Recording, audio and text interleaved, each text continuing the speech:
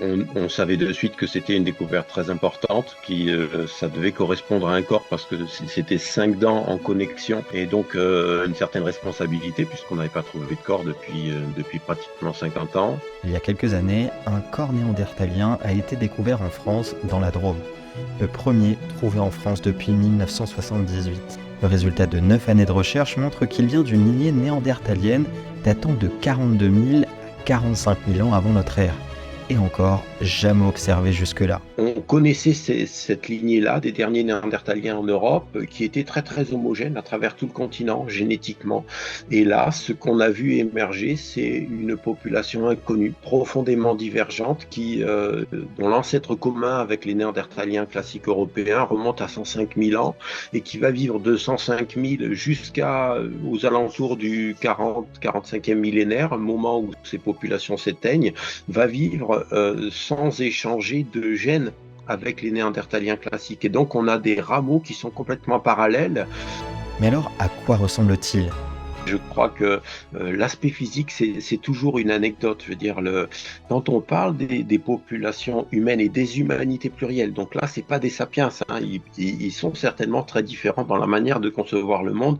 Et ça, c'est bien plus important que de savoir si ils ont telle morphologie osseuse ou s'ils sont plus grands ou plus petits ou s'ils ont la peau noire, jaune, blanche ou violette. Et donc tout ça, tous ces caractères extérieurs, en fait, ne définissent jamais l'humain. Comment est-il mort ? Impossible de le dire. Étonnant, ce néandertalien aurait peut-être été enterré. On constate qu'il est effectivement dans une fosse, on constate qu'il est le long de la paroi et on constate que les éléments ont été préservés. On constate aussi qu'ils ont été préservés dans un vide.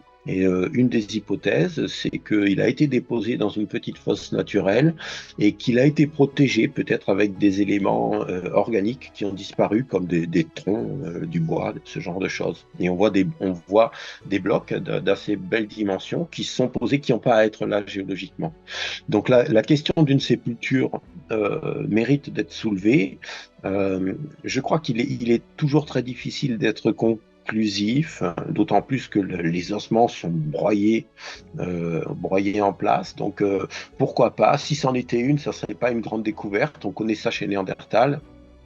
Et on connaît ça aussi chez des animaux.